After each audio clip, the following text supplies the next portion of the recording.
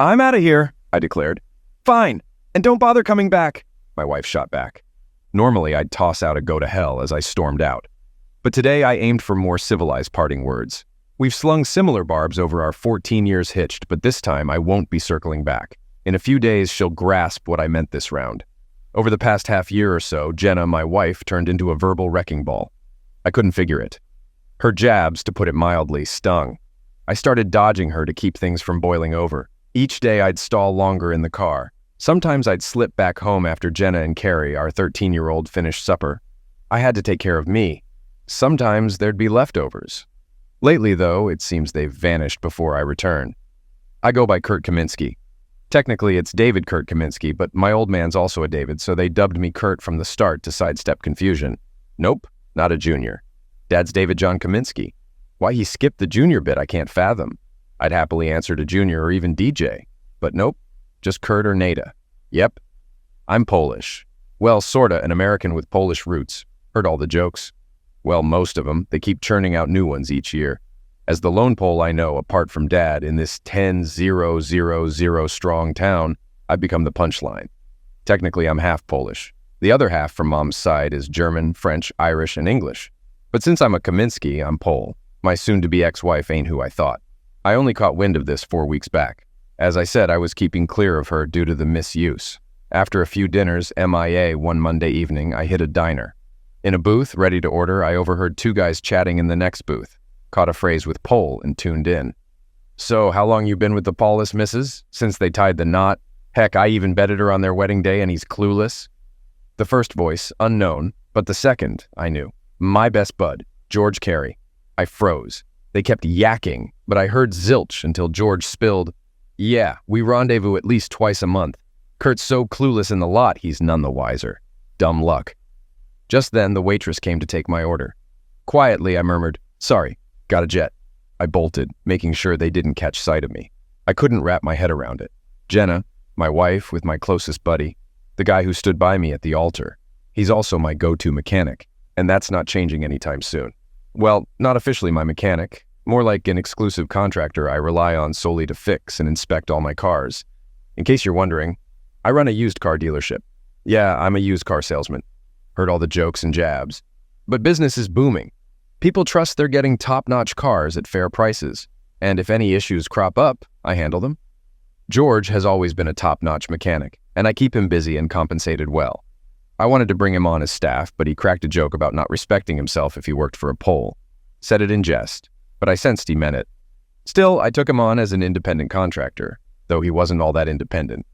Truth is, I was his sole source of income, and that fact will be his undoing. Leaving the diner, I cruised the streets, doubting what I'd heard. Was it true or just his boasting? They might have hired a PI. But if what he said was legit, their meetups were sparse.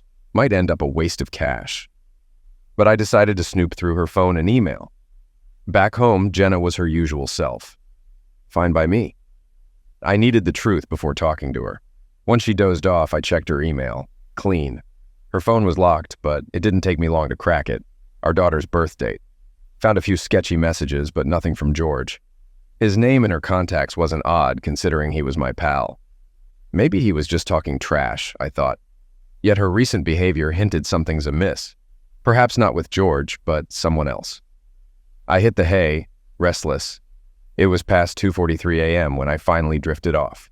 The next day at the dealership, George cracked his usual Polish jokes. I usually let them slide, but today I snapped. "George, what do you even know about Poland? Bet you couldn't find it on a map if your life depended on it. You joke about Poles being dim, but I'm sure they could locate the U.S., maybe even our state. Get to work." George stared, lost for words. He knew I was onto something. He wasn't the academic type, more street smart, good with engines, not textbooks. I guess that's why we hung out in high school. I'd help him with his studies, ensuring he graduated. Now, I'm reconsidering our friendship. He got me thinking about picking a spouse. I retreated to my office, shut the door, and mulled over how to gather evidence. Confronting them both head-on wouldn't fly. They'd just brush it off. I needed solid proof. I rang up a PI in Santa Fe and laid out my worries. He reckoned monitoring them would cost a pretty penny given their sporadic meetups. "You could slap a tracker on her phone. At least you'll know its whereabouts when you check, or set up cameras at home. But unless they're top-notch, and by that I mean pricey, they'll likely get spotted. Even with fancy gear, if she's alert, she'll probably catch on. If I were you, I'd tag her phone and hope to catch them red-handed. He suggested a tracking program and waived off payment. Consider it a freebie, he said. Everything I told you is online anyway. Still, you came through with valuable advice. Expect a check, I insisted. If you ever swing by Silver City, drop by Kaminski's lot, he offered. I don't usually venture out that way, but if I do, I'll look you up, I replied. And I sensed he meant it. A big part of my sales success came from making folks feel important. Early on, I learned folks crave validation. I opted for the tracking software, saving cash and hassle on cameras Jenna might spot. That night, when everyone was out cold, I sneaked up and installed the tracking app on her phone, syncing it with mine. It'll run in the background unbeknownst to her. Finally, I slept soundly. Next day at work, I kept tabs on the app. Jenna worked part-time at the uni bookstore, 15 to 20 hours a week. She called her earnings mad money and splurged at the salon. She hit the grocery store and later was back home. George was home most of the day, but whenever Jenna was in, he was out working. So at least for that day, I figured nothing had gone down. That evening, I tried being more civil to my wife and daughter. Suggesting dinner out, my wife seemed somewhat responsive. Our daughter, typical teen, hesitated, but I insisted. Dinner went smoothly. I casually brought up George, and Jenna shifted uncomfortably, swiftly changing the subject, fueling my suspicions. I want to find out if George's words hold water. I've got to get to the bottom of this somehow. That night, I refrained from checking her phone. My attempts to peek at her calls or texts came up empty. Either she swiftly deleted them or didn't make any at all. Climbing into bed, I thanked Jenna. Thanks for joining us for dinner. Thank you, Kurt. It was a nice surprise, she replied, meeting my gaze. You might be in luck tonight. It's been a while. And like I mentioned, we haven't been getting along lately. After her usual nightly routine in the bathroom, Jenna nestled beside me. I felt conflicted about the possibility of closeness with her. If she had been unfaithful, did I even want it? I resolved to let her take the lead until I had solid evidence. I wouldn't initiate. We did end up being physically engaged, but it was rather ordinary. No need for specifics. Well, at least I enjoyed it. Throughout the week, I kept tabs on her phone's location, finding nothing out of the ordinary. On Saturday night, while she slept, I checked her phone for any messages or calls, yet again finding nothing. I was close to convincing myself that George was just blowing smoke, trying to impress someone with his tales of conquests. This wasn't the first time I'd known him to do so since our school days. I tossed and turned in bed once more, my subconscious refusing to let me sleep. At 2 a.m., I lay there, staring at the ceiling, unable to drift off. I decided to go downstairs for a drink, hoping it might help me relax. Sitting with a glass of Jack Daniels and Coke in one hand and her phone in the other, I decided to check it once more. Entering the password, our daughter's birth date, I opened her phone to the homepage. Suddenly, it hit me like a bolt of lightning. Our daughter's birth date was the key. Jenna's pregnancy had been challenging. We had feared losing her several times due to complications. There was an issue with her Rh factor not matching Jenna's, causing her body to reject the baby. Jenna spent the last 3 weeks of the pregnancy on bed rest to ensure the baby's safe delivery. And indeed, Carrie was born exactly 9 months after our wedding. We were overjoyed at her health, but she proved to be a demanding child. She cried incessantly, had trouble sleeping, and struggled with nursing. It was tough going. In Carrie's second year, Jenna firmly declared we weren't having another child. It saddened me, but truthfully, the baby had drained much of the joy from our lives. I mentioned that she was born 9 months after our wedding. They call such children wedding night babies because they're conceived on that night or during the honeymoon. A light bulb went off in my head. If George's claims were true, then there was a strong chance Jenna was already pregnant. Before our wedding night, Jenna was on the pill. No, we didn't wait until marriage to be physically engaged. It was a significant part of our relationship. The doctor speculated that the stress of the wedding might have interfered with her hormones, rendering the pills ineffective. Well, if the pills failed that night, they likely failed that day too. Now I know what to do. There's a 50 chance I'm not the father. You know the saying, the early bird gets the worm? Well, George might have been an early bird, but in his case, it seems the early worm gets the birdie. I got off the couch and headed to the bathroom where I found some cotton swabs. Carrie was fast asleep in her room. She finally settled into a good sleep routine at 4 years old. Before that, it was a struggle.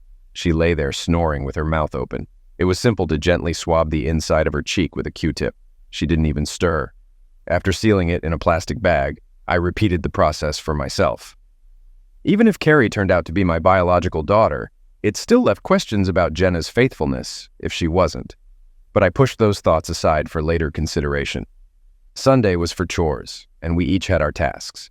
I took my time, avoiding Jenna and Carrie to keep my emotions in check.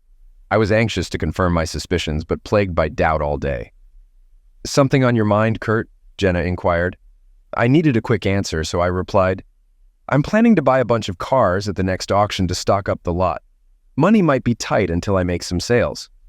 "Just don't overextend," she advised, always referring to the business as ours, though it was really mine. I'd set it up as a separate entity to protect my personal finances. Living in a religious community, I didn't want business decisions to affect my personal life negatively. "I'm thinking of paying off the credit cards and keeping only one open to improve our credit," I told her. It was a tactic to mask my strategy in case she found out about it later. "Do what you think is best," she responded indifferently. The idea came to me in a flash. It's amazing what your mind can do when you let it. This would minimize fallout if my suspicions proved true. So, bright and early Monday, I took the samples to Western New Mexico University and spoke with someone in the science department. They directed me to the department head, who welcomed the opportunity. I handed over some business cards and offered a 10% discount to anyone working on the samples. He seemed appreciative. "I've been eyeing a new car to replace my Camry. I might swing by and check out your selection. If nothing catches my eye, I'll work with you to find something," I mentioned. "Thank you, I'll keep that in mind," he replied. As I left the university, I knew I wore a smile, but it was tinged with worry. The test results could spell the end of my marriage. When I mentioned buying new cars to Jenna, it was merely a cover-up for my troubled thoughts. Yet, the idea started to grow on me. I summoned Paul, my accountant, loan officer, and occasional salesperson, into my office and shared my plans. "We're going to make this work," I assured him. "There's something else, Paul," I continued. "I want to clear the mortgage on my house. Can we work out a lump sum payment?" "Let me crunch the numbers and get back to you after lunch," he replied, exiting my office. As he left, I pondered contacting my lawyer for a family law referral. But then I hesitated, thinking, hold your horses, let's see the results first. I've yet to find concrete evidence of infidelity. After lunch, Paul presented the spreadsheet and we discussed the next moves for both plans.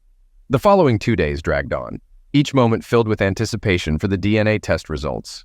Late Wednesday evening, the department head phoned, confirming the outcome and arranging to visit to discuss the car. When he arrived, I ushered him into my office.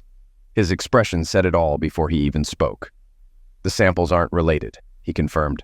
I nodded, though the news hit hard even though I'd half expected it. He gave me a moment before handing over the envelope with the results. When I glanced back up, my demeanor shifted. "So, about that car you were eyeing?" I inquired. "Well, it might sound cliche, but I've hit the big 5.0 and I'm eyeing a sports car. Thinking a Mazda Miata," I shared. Though I didn't have one in stock, I promised to scour the auction the next day for a well-kept one. "I'll ring you this afternoon with any updates," I assured him as he left. I've told Anna I might leave early, but I'll be reachable if needed, I thought to myself, knowing she wouldn't call. She rarely required my assistance. She handled most tasks herself. As I drove around the city, everything seemed different. I made a call to my lawyer, who, though saddened by the news, directed me to a colleague he trusted. After the call, I booked an evening appointment. The next day, over a snack at a restaurant, I reflected, have I truly squandered the past 15 years? I couldn't even claim to have a child from this marriage. While I still regarded her as my child to some extent, biologically she wasn't mine. What to do next? I couldn't pretend ignorance anymore. I'd been aware before, but now, there was no turning back. One thing I was certain of, George would face consequences. It didn't matter that he'd been my closest friend for years. With friends like him, enemies seemed preferable. Jenna, too, would face repercussions. I wondered if she was aware that Carrie wasn't mine. Even if she wasn't, she kept this truth hidden from me.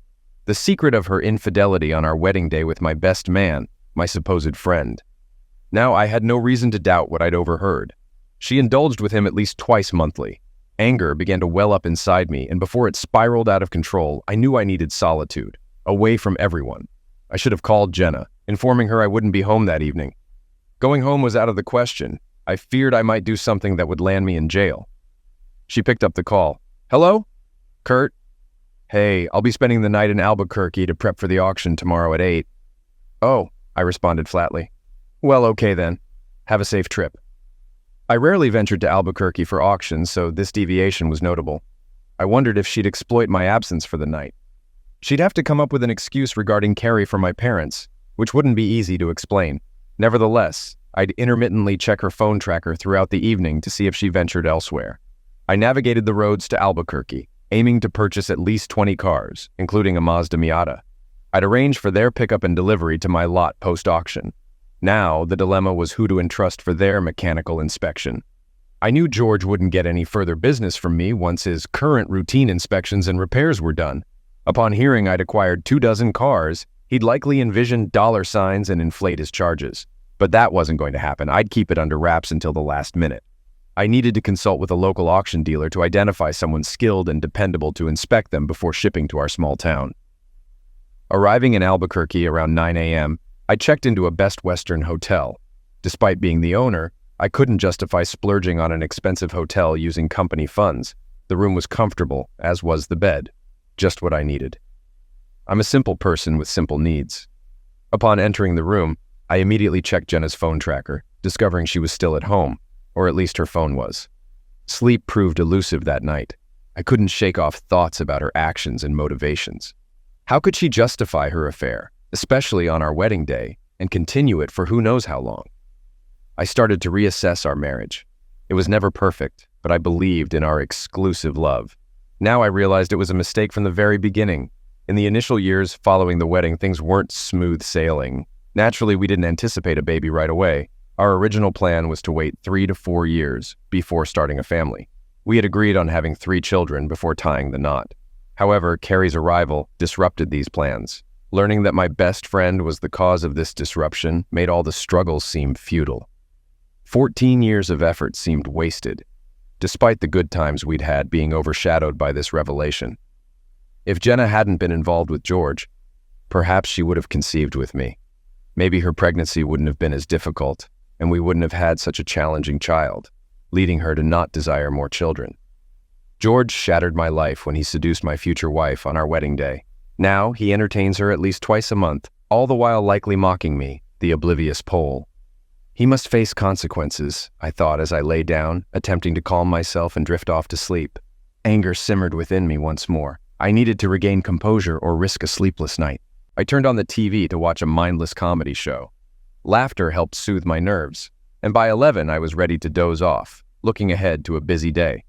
The auction went smoothly. I snagged some excellent cars at favorable prices and networked with dealers in the Albuquerque area. Spotting no Miatas at the auction, I inquired with other dealers. 2 of them had one each, one red and the other black. I negotiated potential deals, pending confirmation of my client's preferred color. Naturally, both dealers agreed, assuring me they'd handle the transaction once I provided details of the cars on my lot. I should have frequented this auction more often. Interacting with fellow businessmen in the same industry inspired me to expand my operations and provided a welcome distraction from my personal troubles. Later in the afternoon, during my meeting with the lawyer, the news wasn't encouraging. I faced losing half of my assets, along with alimony and child support payments, for a child who wasn't even mine. In that moment, I decided against pursuing a divorce. Instead, I resolved to leave her with George's child, paying off the mortgage on the house. She could remain there, but with only my name on the mortgage, she wouldn't be able to sell it. By continuing to cover taxes and utilities while living elsewhere, she wouldn't have the option to resign and claim the house. However, I needed to make a decision regarding my business. Although it was registered as a corporation, I had a gut feeling that without proper protection, I could risk losing it. Consulting my business lawyer became a priority. Arriving home, utterly exhausted from a demanding day, I informed Jenna of my fatigue. "I'm beat, planning to shower and hit the sack," I muttered, making my way to the bedroom. "Want dinner?" she inquired. "No, had a late lunch," I replied. At least she cared enough to ask. The shower was blissful, almost like my troubles were washing away. While problems persisted, I found solace in devising solutions. Minutes after my head hit the pillow, sleep enveloped me. The past week had been stressful, but with a plan in motion, I finally found mental reprieve. Rising early, feeling rejuvenated, I headed to the office before Jenna and Carrie stirred. There, amidst spreadsheets and financial reports, I orchestrated my next moves. I briefed Paul on the 23 car purchases and instructed Anna to cease assigning work to George, emphasizing the need for secrecy. She eyed me quizzically. "You're the boss," she remarked. "Thank you, Anna. You're invaluable." At 9 sharp, I phoned my business lawyer seeking advice. "Your business is registered, but she might still force a sale to claim half its value. Consider selling preemptively," he suggested. "I can't. It's my life," I retorted. "Let me mull it over and get back to you by week's end." This news hit hard. I'd poured sweat and tears into building my business, akin to raising a child. Unlike Carrie, I thought bitterly. Rage threatened to consume me again, but as a seasoned businessman, I knew to compartmentalize. I refocused on my business agenda. First up, contacting Doug, who confirmed George's claims. "Doug, Kurt Kaminski here. I've got intel on 2 Miatas you might fancy, red and black. Still interested?" "If the price is right," he replied. "Which color do you prefer?" "Let me show you both. We'll crunch numbers afterward." "Even if we can't agree, I can sell it easily," I assured. "And your pick?" he pressed. "Red makes a bold statement, but fades faster. Black's elegant, but heats up quickly here. Planning to garage it?" "Yes," he affirmed. "Red it is then. When can we meet?" "Monday or Tuesday." "Perfect. Call upon arrival." "Deal." After hanging up, I dialed the dealer with the red Miata to negotiate a swap. He showed interest in the BMW sitting on my lot for 3 months, recognizing its better prospects in a larger city. Meanwhile, George showed up with several cars still awaiting repairs. As an independent contractor, his flexible schedule suited my needs, despite my simmering anger toward him. Overhearing salesmen discussing the impending arrival of 23 cars, George inquired about the schedule. "Hey, Kurt, when are these cars from the auction coming in?" "I want to plan my repairs," he queried. "The auction house will handle the delivery, likely late next week or early the following," I informed him tersely. Struggling to keep calm in the presence of this betrayer, I managed to chuckle as he departed. That weekend, I distanced myself from Jenna, occupying myself with yard work and errands. Checking her phone tracker no longer concerned me. I harbored only contempt for her. Raising another man's child felt unforgivable. Monday found me back at the car show. I arranged to trade the BMW for the Miata, setting off to Albuquerque to finalize the deal. "We'll grab lunch upon your arrival," the dealer suggested. Informing Anna of my day-long absence, I instructed her to hold the fort. "Got it, boss," she affirmed, her reliability shining through. A raise was in order. The journey and lunch were pleasant, forging a new camaraderie with the dealer. Driving back in the Miata, wind tousling my hair, I relished the freedom. Deciding to splurge further, I resolved to procure a black car, realizing I didn't need more than a 2-seater. Soon, I pulled into our driveway in a fiery red sports car. Jenna glanced out the window and exchanged words with Carrie, prompting them both to step outside to observe. "Why do you need this car, honey? We need something with a back seat for Carrie," she remarked patronizingly. "Just picked it up from Albuquerque for a client. Thought you might want to take a ride," I responded. "No, honey, I'm not a fan of small cars," Jenna retorted with a hint of disdain. "Carrie," I called, motioning for my daughter to join us. "No, Dad, I'm already teased enough because of my last name. I don't want to be seen with a Polish used car salesman." Her words stung, typical of a teenager's bluntness. I was taken aback. Where did this disrespect come from? Glancing at Jenna, I realized she was treating Carrie's remark as inconsequential. Now, both the women in my house were showing disrespect. Teenagers might not always be close with their parents, but the hurtful manner in which she spoke made me question the authenticity of my family life. "I'm going for another drive. I'll be back soon," I announced, shifting the car into reverse and driving off. Fueled by frustration, I navigated the roads of Silver City until I returned home around 9:30.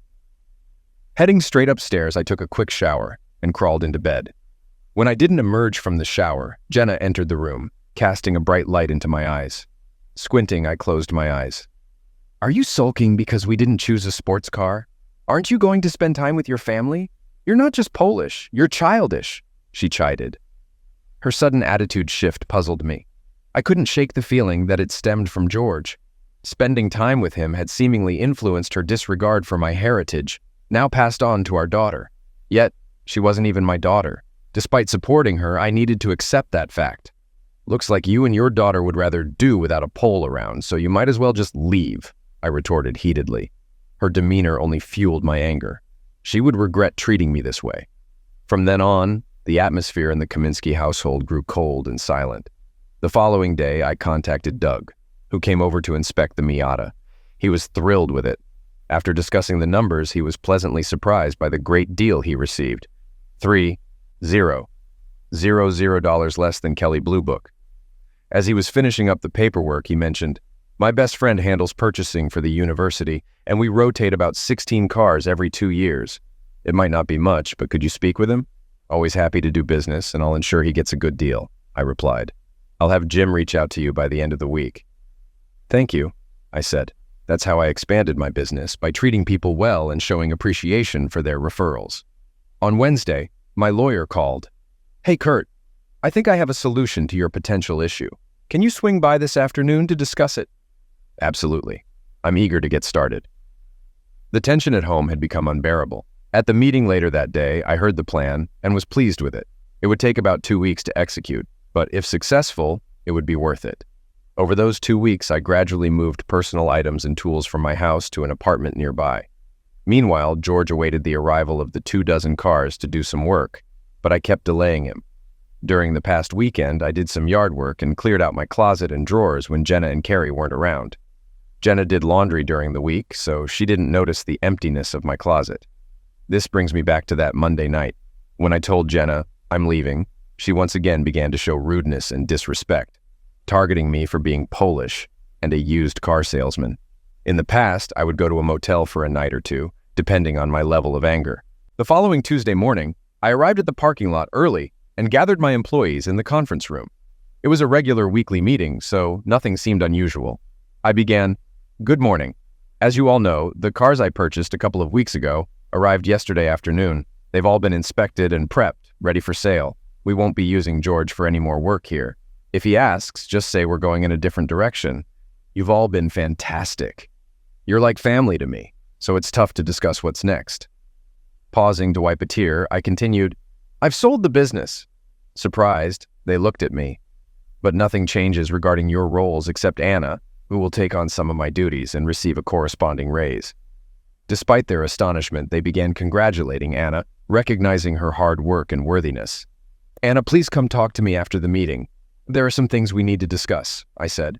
"I'll still be involved in the company, but only in an advisory capacity and may occasionally sell. I don't want to interfere with your sales," I assured her. They were all relieved that I'd still be around, even if only occasionally. After the meeting, as we exited, George stood there. "Hey, why wasn't I included in the meeting?" he asked, surprised. "Because it was for staff only, and you're not an employee," I explained. He seemed taken aback. "I see the cars have arrived. I'll get to work on them," he said. "No need. They've already been prepared for sale," I replied firmly, leaving him stunned. "But I always check the cars," he protested. "George, I've sold the business, and the new owner wants to go in a different direction," I informed him, holding back my anger. "I'll save that for another day." I kept it brief, realizing sometimes less is more. "I can't believe you sold the business," he exclaimed, making it about himself. "What now?" "You can pick up your check for the past 2 weeks' work." It wasn't much. "Anna rarely utilized your services," I stated bluntly. He'd been expecting to work on the cars, but he was out of luck. I felt no sympathy. I just wished I could tell him what I really thought of him. When I spoke with Anna, I asked her to keep our conversation confidential. "Of course, Kurt. I'll never divulge anything you don't want," she assured me. "Here's the plan. I've set up companies registered in Nevada. One buys the parking lot, the other buys the company. I own all the shares in both. Eventually, I'll divorce Jenna and ensure she doesn't get the business." "Why?" she asked. "I've moved out. Jenna doesn't know yet, but I'm not going back. She had an affair with George. In fact, Carrie isn't my daughter. I suspect she's George's. I'm not sure if Jenna knows, let alone George. They'll find out soon. I won't divorce, but I'll keep paying utilities and taxes for our house so she can't claim abandonment and take everything if she files for divorce. I don't want her to take over the business. That's why I agreed to the company being bought twice. Let them figure it out. The proceeds will be spent by the time she gets the divorce done. Plus, I barely make anything from consulting and a few commissions. Anna, you can handle daily operations. I'll be available for questions, but I trust you and your judgment, I explained. Anna smiled at the news of the new owner, but when she heard about Jenna and George, her expression turned deadly serious. This woman was someone I deeply admired and respected. I have one more task for you before I go. I need you to order a new sign and letterhead. We're changing the business name to Helpless Car. This will reinforce the idea to George and Jenna that the business is under new ownership, I explained. I spelled out the name to ensure she got it right. She looked puzzled. I'll explain the name choice someday. For now, just know it tells the whole story, I told her. Though she seemed puzzled, she trusted me enough to follow through. With that, I bid farewell to everyone and headed out. I got into my Audi and drove towards Albuquerque. About 2 hours later, I received a call from Jenna. I hadn't expected her to call so soon. This was a familiar pattern. I'd leave for a day or two, she'd call, we'd talk, and I'd return. Things would change briefly, then revert to how they were before. We'd have another argument, and the cycle would repeat. I decided to answer the call, curious to hear what she would say this time. Hello? I spoke through the car's speakerphone. Kurt, what's going on? She asked, sounding hesitant. Nothing much, just heading to Albuquerque, I replied flatly. Why are you going there? She inquired. To pick up the car, I stated without emotion. So, what I heard must not be true. George must have called you, figuratively speaking. Perhaps he asked your mistress what's going on with her husband, she speculated. I don't know, I responded. What did you hear? She pressed. George called and said you sold the business, she revealed. Why would he call you? I questioned, perplexing her. She corrected herself. He's your best friend. He was curious if I knew. Best friend?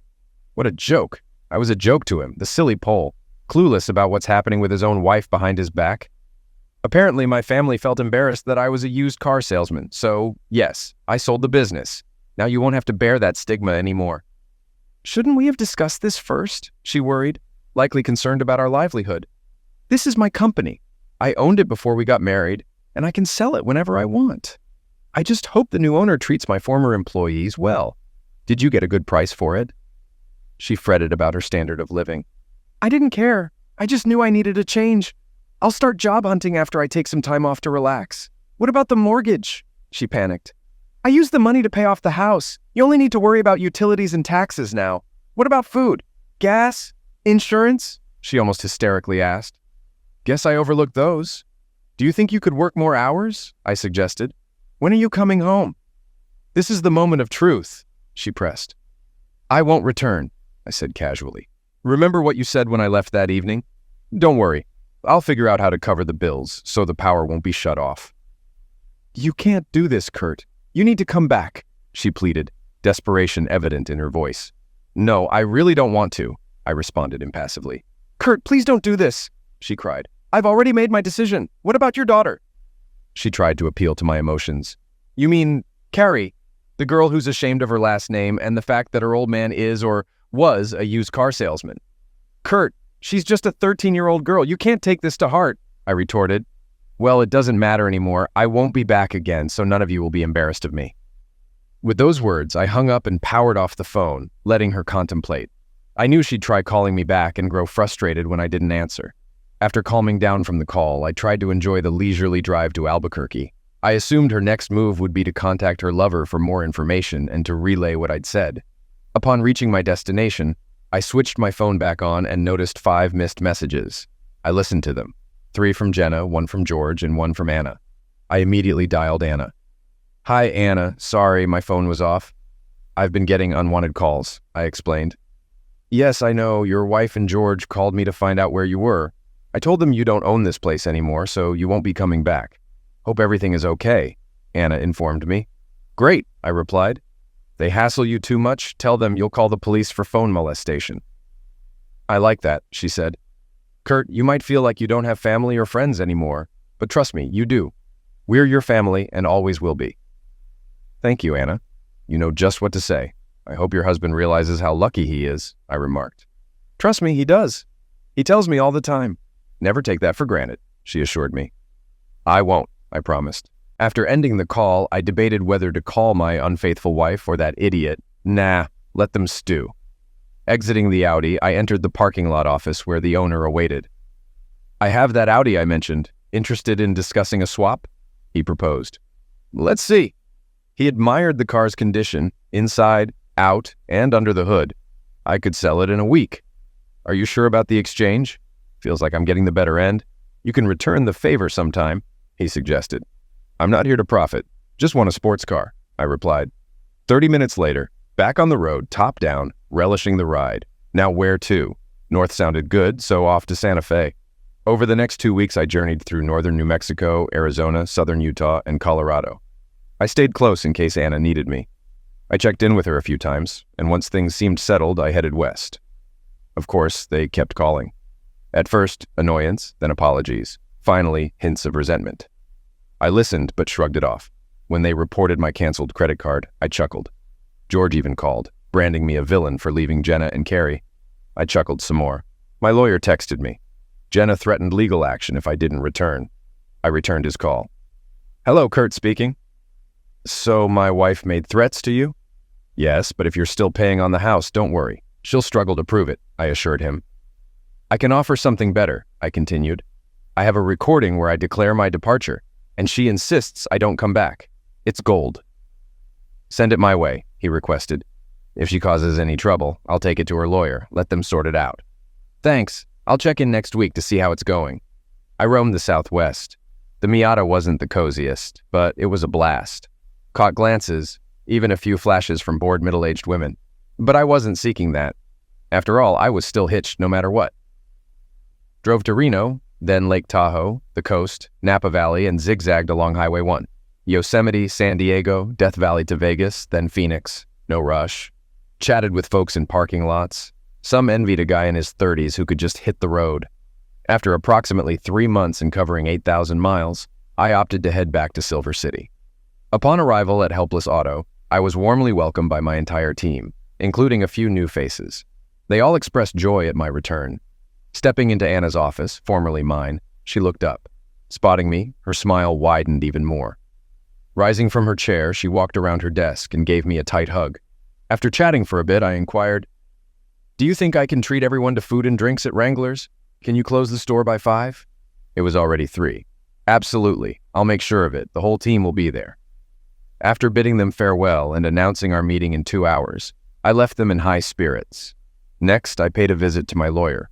During my travels, he informed me that Jenna had attempted to claim abandonment to seize my assets, but he managed to thwart her efforts. We discussed our next steps. At 5, I joined the team at Wrangler's restaurant. We enjoyed a fantastic dinner, and it was delightful catching up with everyone. As the evening wound down, they began to depart, leaving only Anna and me. She gazed at me and said, "You know, Kurt, you might feel powerless and lost, but you're mistaken. You simply placed trust in those you loved." I met her gaze. "So, you figured it out?" "Yes. It took some time, but your mention of the new name telling the whole story lingered in my mind until I grasped it. You may be Polish, but those jokes never truly define you. They insult your heritage and who you are." "Thank you, Anna. You're the primary reason I returned. I had to witness how you handled my responsibilities. I'm pleased to say you haven't filled my shoes. You forged your own path." I had an exceptional mentor.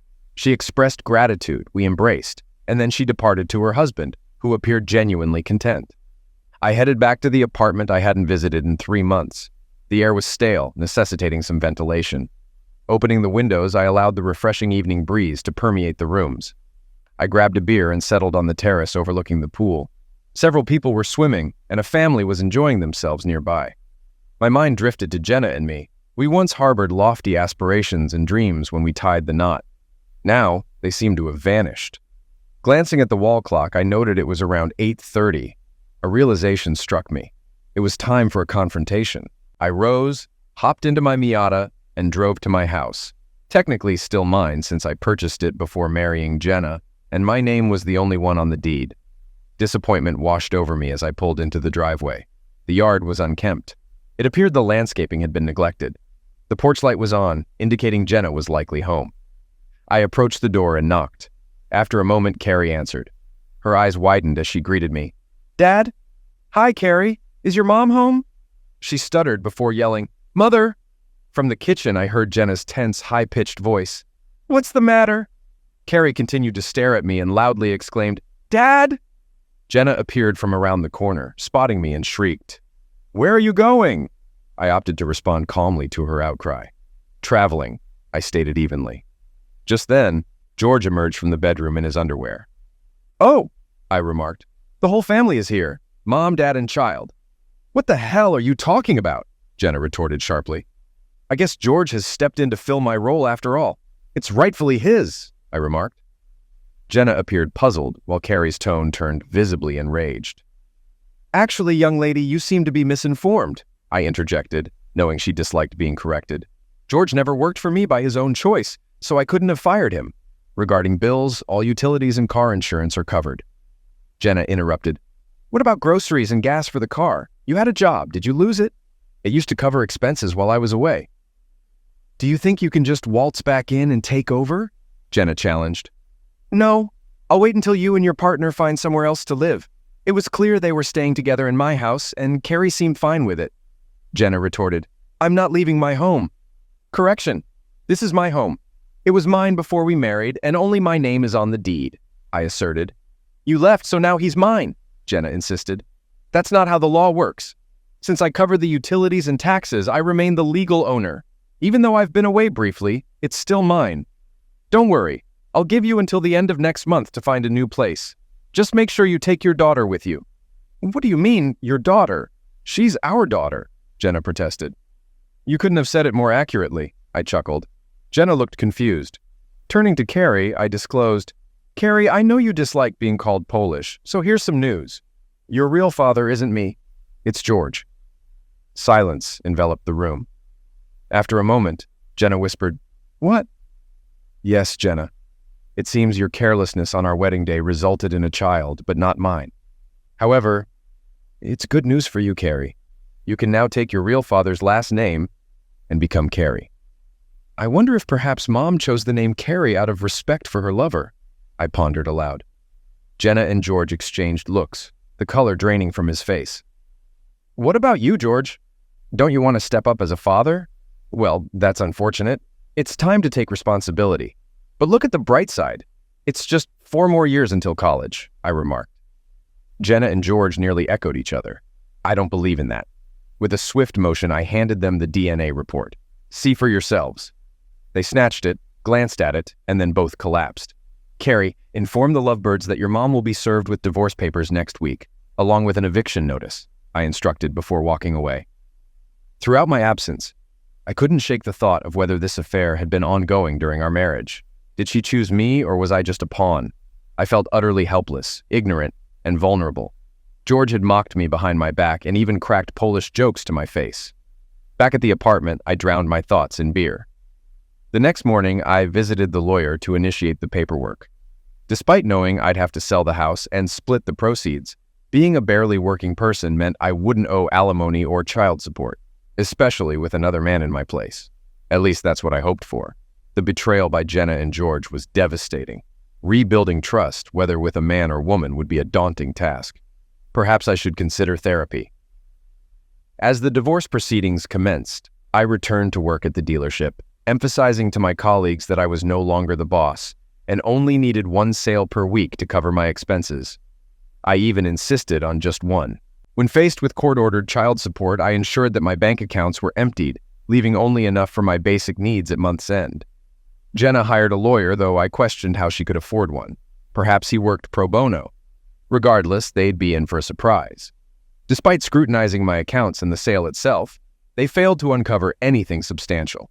I learned from my colleagues that during my absence, George visited the dealership almost daily for the first 2 weeks, trying to secure work from Anna.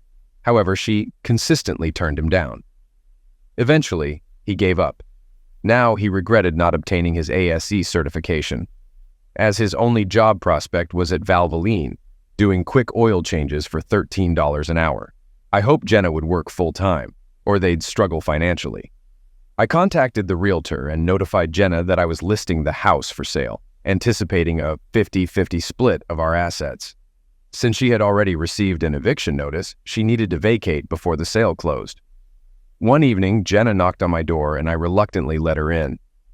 "What do you want, Kurt? Can we talk?" she asked. "I'm not sure it's a good idea. We're in a legal battle," I replied. "Come on, Kurt. It's just us. No lawyers. Can't we have a civil conversation?" she pleaded. "All right. But let's go to Denny's, I suggested. There'll be witnesses, I thought to myself. I didn't trust her enough to be alone with her. At Denny's, after exchanging pleasantries, I asked, "Why, Jenna?" She hesitated before answering. "I guess the simple answer is that I liked both of you and couldn't choose." "So you were seeing both of us at the same time?" I questioned. Jenna looked down and admitted, "Yes, but George warned me not to tell you because he knew it would ruin your relationship with him." "Then why did you say yes when I proposed?" I inquired. "Because I loved you." "And George?" she replied. "I loved him too, but I knew he wouldn't make a good husband. So we ended things when you proposed and I focused on us and our wedding plans." "So on our wedding day you were with him?" I probed. Jenna started crying and confessed, "Yes, everything was a mess." "Then what was it?" I pressed further. "I didn't want to lose him and he didn't want to lose me," she admitted. "Well, now you have each other and your child. By the way, she did a great job with the name. I didn't even realize until later. During my travels, I didn't know Carrie wasn't yours," I revealed. Jenna looked at me and said, "Kurt, I still love you." "It's nice to hear, Jenna, but I'm not sure you understand what love truly means," I replied. "I loved you more than anything, and clearly you can't say the same," she retorted. "I loved you, but now I feel nothing but contempt," I stated firmly. Jenna realized our relationship was over. There would never be an us again. Before she left, I had to ask one final question. "Have you ever stopped?" After hesitating, she decided to tell the truth. "We never ceased. We had our quiet times, but we typically met twice a month," she admitted. I was hoping for a different response, but I appreciate your honesty. One more thing. About a year ago, your behavior towards me changed. What triggered it?" I inquired. Her face flushed red, then she grew slightly angry. "George started pushing for a bacchanalia not involving you." "I might have considered it if you were involved, but we couldn't navigate it. His persistence made me resent you for something I knew you wouldn't agree to. It's odd, but I thought I could have both of my men together and resented you for not being open to it," she confessed. "Did you go through with it?" I asked. "No, I contemplated it. But then you left, and everything fell apart," she admitted. "Well, now you're free to pursue it. Your choices don't affect me anymore," I remarked. Sensing our conversation was concluding, I settled the bill, and we headed to our cars. 4 months later, we stood before a judge and finalized our divorce. George was present too. Exiting the courthouse, Jenna suggested, "Maybe we can grab a drink, the traditional way." "Certainly," I agreed. Despite the previous animosity, it had dissipated. Then I thought, this marks the end of my association with them. They can now be together. Let them wallow in their own mess. They deserve each other. Jenna will have to adjust to a lower standard of living. All right, maybe the resentment hasn't completely faded. Despite being Polish, I demand respect. What's up, story lovers? This is the Story Guy, and if you're hungry for crazy tales and mind-blowing narratives, you've come to the right place. Don't forget to smash that subscribe button so you don't miss out on our weekly dose of crazy cheating stories, fun fiction and gut-ripping comedy from around the world. But that's not all. We also create our own original stories, and trust me, you won't find these anywhere else. Want even more spine-tingling reads? Head down to the description and grab our exclusive story collections. Thanks for watching, and I'll catch you in the next video.